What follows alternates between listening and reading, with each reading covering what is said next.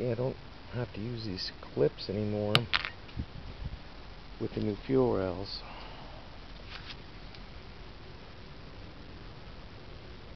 This is from a company in Utah. And this is what I was trying to explain, that this has a little rubber inside there, and that's an AN fitting. So they were trying to convince us to use these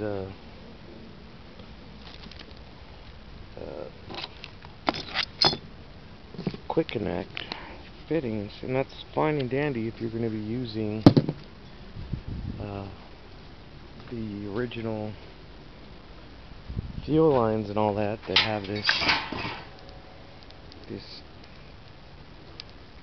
tit on there, I guess. So these are held in place with clips, and we're just not into that. Just time and experience has told us that these things aren't as reliable as a standard AN fitting, so we don't need to use clips. I don't think the guy understood us when we were trying to tell him that we weren't using any part of the original fuel injection. We're not using the fuel injection tank off of a late model. We're not using anything late model at all.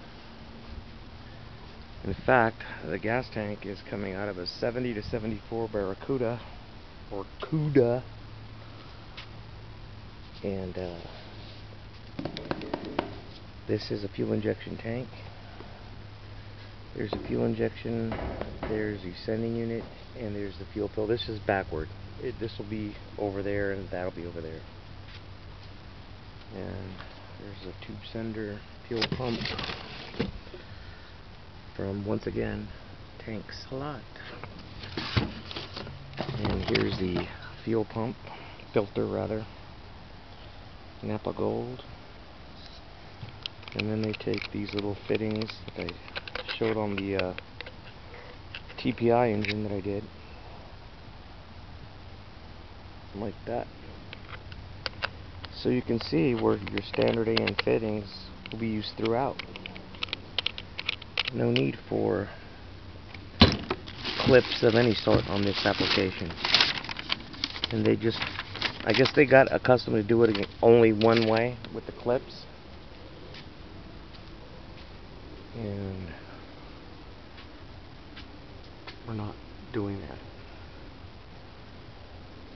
So this is where the tank is going to go. Some new welds here. And tabs for the mounting. Those are welded already. My neighbor's kid did that. His name is Eric. He's alright. Now that I know he can weld, I needed to do my motorhome exhaust. Anyway.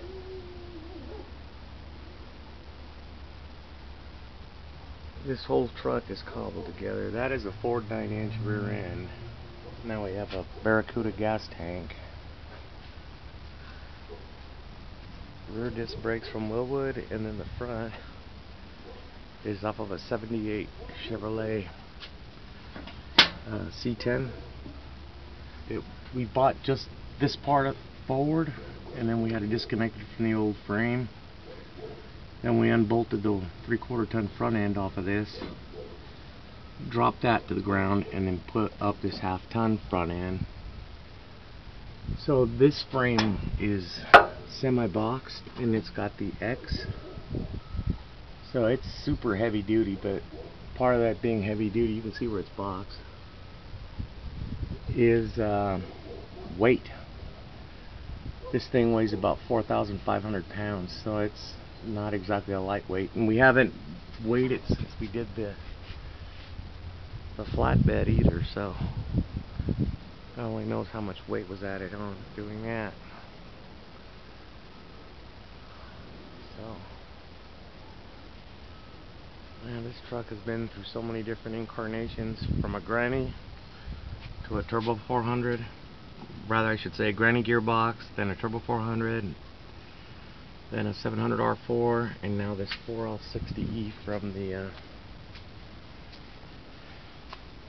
2006 Tahoe Blazer, whatever the hell they call that, donor vehicle. So we replaced the new alternator, new water pump, new plug wires. We're gonna hope that the coil packs are all okay, and then I put on the headers. And yes, we did break off that last bolt. So we had to have that. We had the whole engine sent out, and they used some kind of technique to get it out without heating it up and all this other stuff I see on YouTube. Jesus. Anyway, so I'll get to the other fuel rail. I didn't know that I kept trying to get the clips on into the fuel injectors, and I didn't realize I didn't have to. All I had to do was push in the injectors, drop the rail over the top, and then bolt it in. So I'm gonna get to this other one now. So, anyway, thanks a lot. Bye.